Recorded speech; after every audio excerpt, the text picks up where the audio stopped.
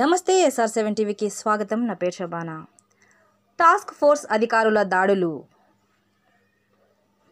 సత్యవేడు మండలం ఇందిరానగర్ సమీపంలో ఓ private licence ఎర్రచందనం గోడౌన్లో తమిళనాడుకు చెందిన ఎర్రచందనం స్మగ్లర్లు ఎర్రచందనం దొంగలించి లారీలో వేసుకొని వెళ్తూ ఉండగా సినీ పక్కిలో వారిని వెంబడించి దాడులు నిర్వహించి దాదాపు లారీతో సహా 4 టన్నుల పైబడి ఎర్రచందనం స్వాధీనం చేసుకున్న టాస్క్ ఫోర్స్ అధికారులు 16 మంది స్మగ్లర్లను అదుపులో తీసుకున్నట్లు సమాచారం. వివరాలు తెలియాల్సి ఉంది.